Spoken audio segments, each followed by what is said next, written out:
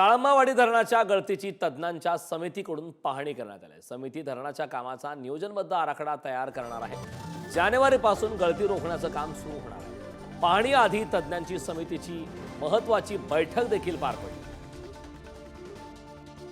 काळमवाडी धरणाला गेल्या अनेक दिवसांपासून मोठ्या प्रमाणात गळती लागलेली आहे आणि याच गळतीच्या दुरुस्तीसाठी आता प्रशासनाकडून हालचाली ज्या त्या सुरू झालेल्या आहेत। मी सध्या त्याच काळमवाडी धरण या ठिकाणी उभा आहे आणि आपल्याला ही सगळी काळमवाडी धरणाची दृश्य सुरुवातीला दाखवतो।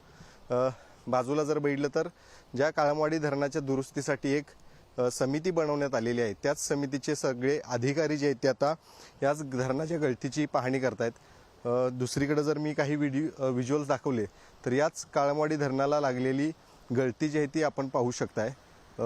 खरं तर मोठ्या प्रमाणात काळमवाडी धरणाला गळती जी आहे ती लागलेली आहे आणि या संदर्भातलंच वृत्त जे आहे ते पुढारी न्यूजनं काही दिवसांपूर्वी प्रसिद्ध केलं होतं आणि त्यानंतर या संदर्भातला प्रश्न जो आहे तो आमदार सतेज पाटील यांनी सुद्धा अधिवेशनामध्ये मांडला होता। आपण ही दृश्य पाहताय, काही अधिकारी जे आहेत ते या ठिकाणी दाखल झालेले आहेत। मुंडे जे या समितीचे अध्यक्ष आहेत त्यांच्याकडूनच खरं तरी पाहणी जी आहे ती सुरू आहे। काळमवाडी धरण या ठिकाणी सगळे अधिकारी पोहोचलेले आहेत आणि त्यांच्याकडून या संपूर्ण धरण क्षेत्राची जी आहे ती पाहणी केली जाते। त्यामुळे निश्चितच आहे या धरणाच्या दुरुस्तीच्या कामाला जो आहे तो वेग येईलच। मात्र सध्या तरी या संपूर्ण समितीकडून या धरणाच्या गळती संदर्भातली माहिती जी आहे ती घेतली जाते।